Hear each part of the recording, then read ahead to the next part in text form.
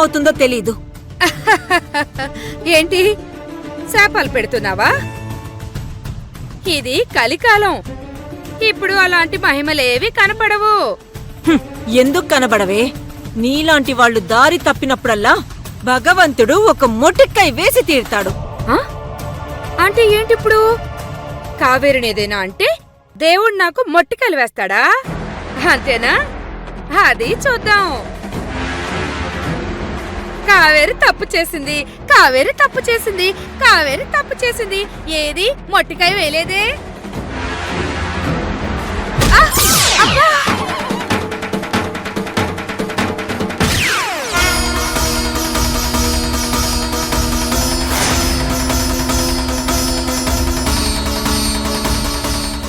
అమ్మా,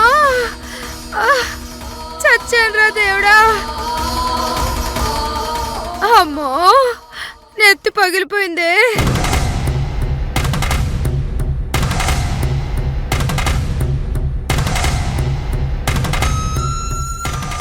ఇదేంటో తెలుసా? కావేరి కాపురానికి వచ్చిన కొత్తలో అర్జున్ బాబుకిచ్చింది. ఈ హనుమంతుడికి కూడా నువ్వు కావేరిని తప్పుపడ్డా ఇష్టం లేదు. అర్థమైందా? ఇంకా ఇలాంటి పిచ్చి పిచ్చి ప్రయత్నాలు మానుకో. కావేరి మంచిది కాబట్టి నిన్ను క్షమించొచ్చు, నేను సగం మంచిదాన్ని కాబట్టి వదిలేయొచ్చు. కాని దేవుడు అలా వదిలిపెట్టడు. గుర్తు పెట్టుకో. ఇప్పుడు ఒక మొట్టికాయతో సరిపెట్టాడు. రేపింకేమైనా చేశావనుకో తెలుసుగా దేవుడి మహిమ.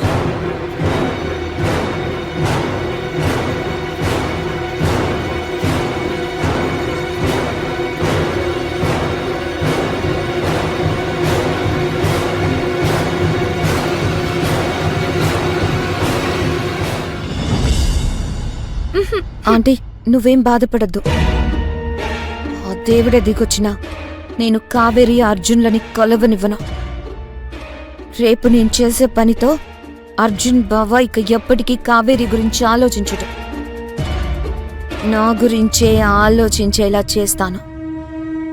ఏం చేయబోతున్నావు ఇంతకీ?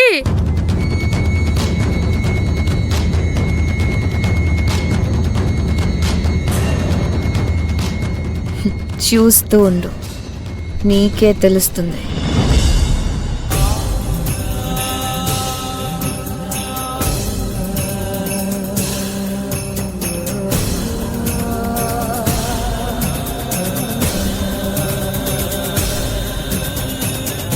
అర్జున్ బాబు, అర్జున్ బాబు,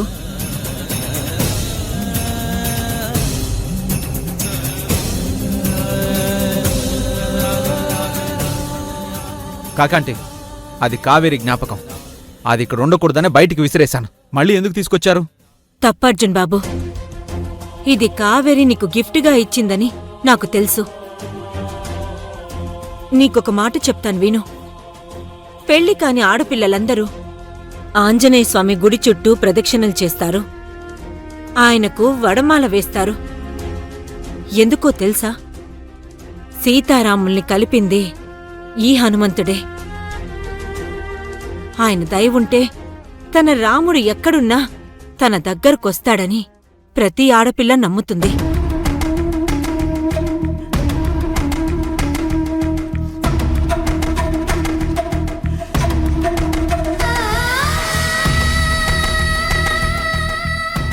తప్పు చేసిందన్న అనుమానంతో ఆ శ్రీరాముడు సీతమ్మను అగ్నిప్రవేశం చేయించాడు. కాని సీతమ్మ తప్పే చేయదని నమ్మినవాడు ఈ హనుమంతుడు. సీత దగ్గర లేని రాముడిని హనుమంతుడు ఎలా వదులుతాడు? అందుకే నువ్వు విసిరేసిన హనుమంతుడు కింద పడలేదు, ఈ ఇల్లు వదిలి వెళ్ళలేదు. కావేరి గురించి చెడుగా మాట్లాడిన అనసూయ బుర్ర బద్దలు కొట్టాడు. అందుకే దీన్ని తిరిగి తీసుకొచ్చాను. మీరిద్దరూ విడిపోవడం ఈ హనుమంతుడికి కూడా ఇష్టం లేదు. అందుకే మళ్ళీ నా చేతిలోకొచ్చాడు.